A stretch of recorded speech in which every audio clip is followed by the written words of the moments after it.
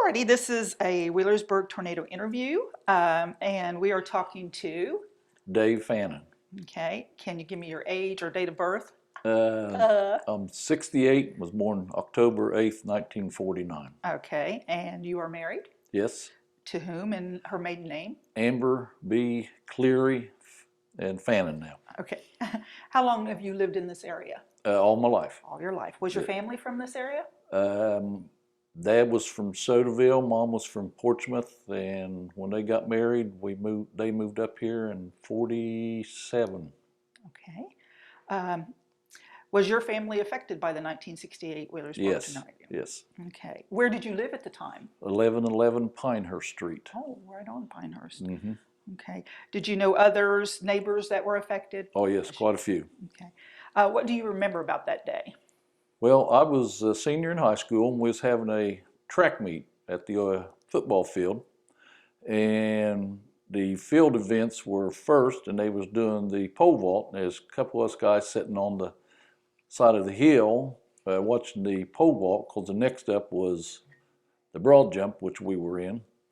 And I was laying there, one of the guys commented, we looked up the sky and how black the sky was down towards Portsmouth west, and right above us was just perfectly clear going towards Franklin Furnace.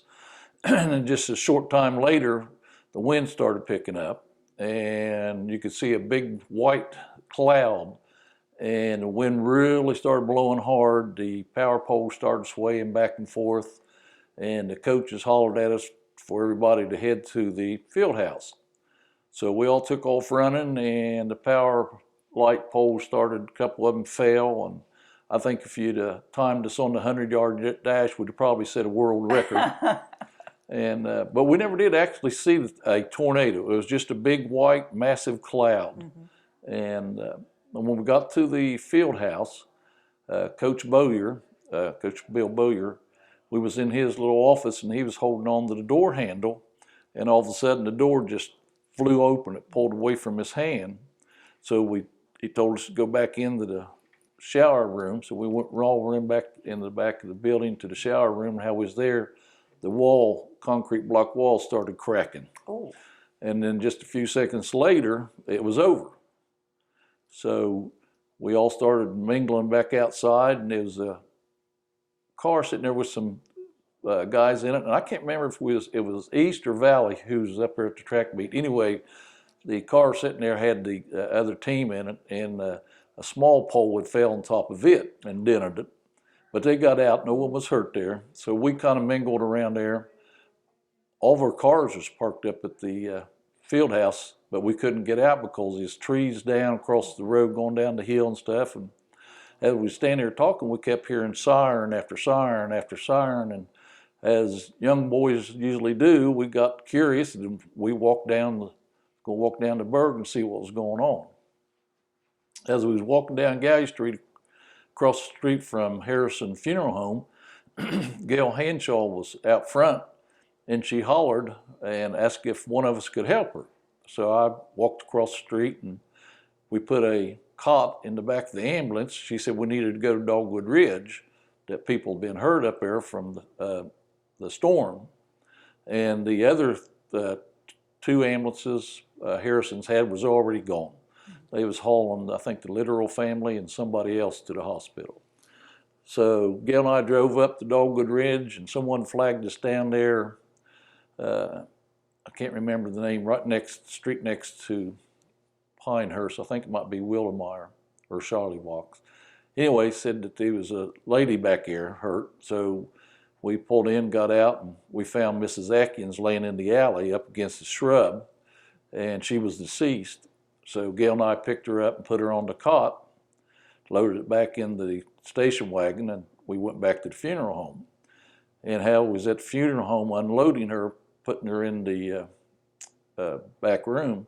A state patrolman pulled up when Gail and him was talking, and he said he was going to declare the funeral home a morgue for any other deceased bodies. So Gail said that's fine. And just a few minutes later, one of the ambulances got back from Portsmouth, and Herman Bray was driving it. And I jumped in it with him, and someone said we needed to go to Stewart Hollow. Back then it was called Slaughterhouse Hollow, and it's still the old people call it that.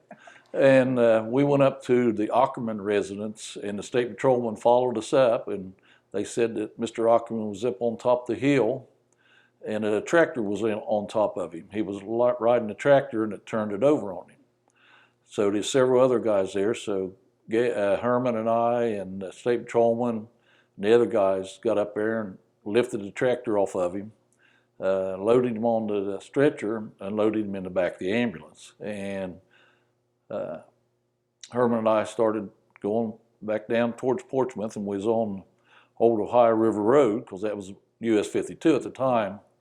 And as we was driving past the Shapery building, I noticed it was collapsed, and my grandmother lived right behind it on Gallia Street. So when I looked up at her house, it was gone. And so I told Herman, I said, "Oh, I hope Grandma wasn't home." So we proceeded on to the hospital, and it was going through New Boston. The New Boston guards from the mill were standing out at the intersections directing traffic and making sure the ambulance had a clear path going through, and other people were doing the same thing. So we got to Mercy Hospital and unloaded Mr. Ackerman, and as Herman was getting clean sheets and putting on, another ambulance pulled in from another funeral home, and they had a young girl on the cot, and I recognized her as Linda Underwood. I was sitting in class with her just a little before 3, and there she is dead, laying on the cot, and that tore me up pretty good. And just a few seconds after that, Gail come back in with the other ambulance and had Linda's sister, and she was still alive, but badly injured, and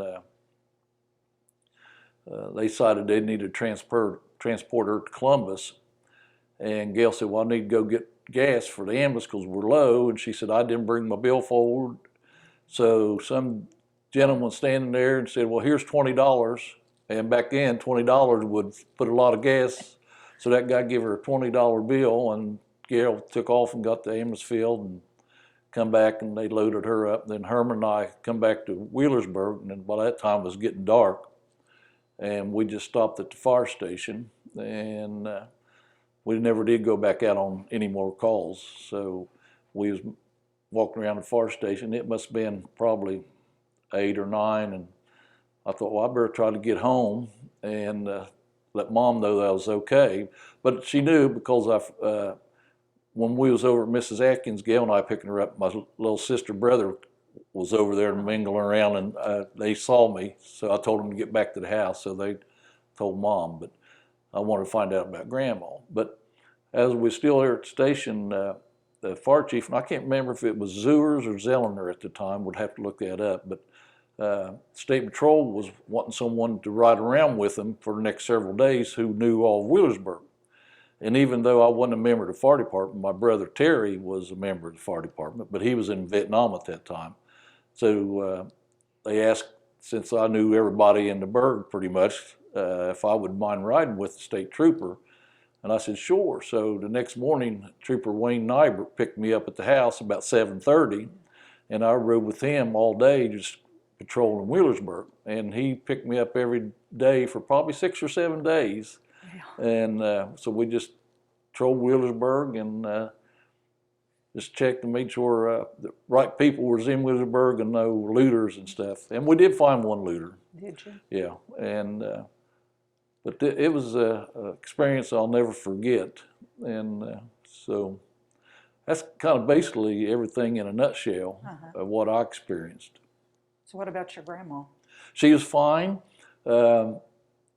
She had just pulled in and was unloading groceries when she noticed the tornado coming across, and she ran into the house, and she stood in the living room and watched it, and she thought, this is not very safe. And Mr. Lambert, George Washington Lambert, lived next door. She thought, I'm going to run over to his house. Well, just as she got to the back door, the tornado hit, and it took every room of the house other than the kitchen that she was standing in was the only room left. And she was at the door, holding on to the door. Oh my the rest of the house was gone. So I think the good man above was watching over her. Yeah, and another good thing is if she'd got next door, Mr. Lambert was killed.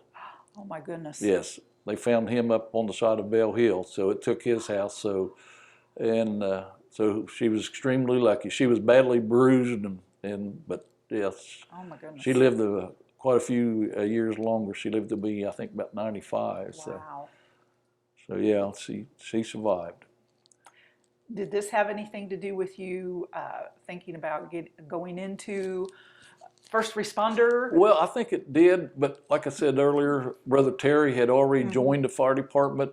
He was 2 years ahead of me in high school. When you couldn't join Porter Township until you was a graduate. So I'd already planned on turning my resume and an application in June, and I did, and I started June 22nd, 1968, and I was with Porter Township for 44 years, and this June 22nd coming up, I'll have 50 years. Wow. So I'm up at Green Township the last 5 3/4 of the year, and I told Chief Moore that come June, that after 50 years, I'm done. That's it, huh? Yeah, yeah. Had 25 years of riding in the back of the ambulance for Porter Township on the squad. I was fire chief of Porter Township for 4 years and fire prevention officer for 15, and it's just time to hang it up. Yes. So, okay, can you think of anything else? What about the aftermath? well, you know, it was a long time getting things cleaned up. The one thing I do remember is that the Mennonites coming in and volunteering and helping people clean up and rebuild. Really? Yes. Wow. And they've had the school cafeteria, the one on Ogalia, which is now tore down. They was feeding everybody every day, and me and Trooper Nybert would go in there and get lunch, and the Mennonites was always in there eating, and so, you know, that's the first time I've ever come in contact with a Mennonite, and first I thought they was Amish. I always heard about Amish, but never heard about a Mennonite. Right. Someone had to explain to me the difference between an Amish and a Mennonite. But, you know, it was several months that it took cleaning up, rebuilding, and years. And, you know, I'm sure it left a big scar on Wheelersburg. There's 7 lives lost. And I think the history shows now that was the only F5 tornado to ever hit Ohio. Well, the first one. First one. Oh, that's right. I think there was a second. Xenia was Xenia was F5. Yeah. So it was like I said, we didn't see the actual funnel. It was just a big white mass, and I'd say it was probably rain and water, and because it poured for just a few minutes, and yeah. So that's basically my experience. Quite an experience. Yes, yes, yeah. Yeah, and I think it did have a lot to do with me staying in the first responder, fire department, EMS, safety. So, yeah. Any other questions? No, I think that's it. Anything to add? No, I don't think so. I think I've said my piece. Okay. All right. Thank you, Dave. Okay.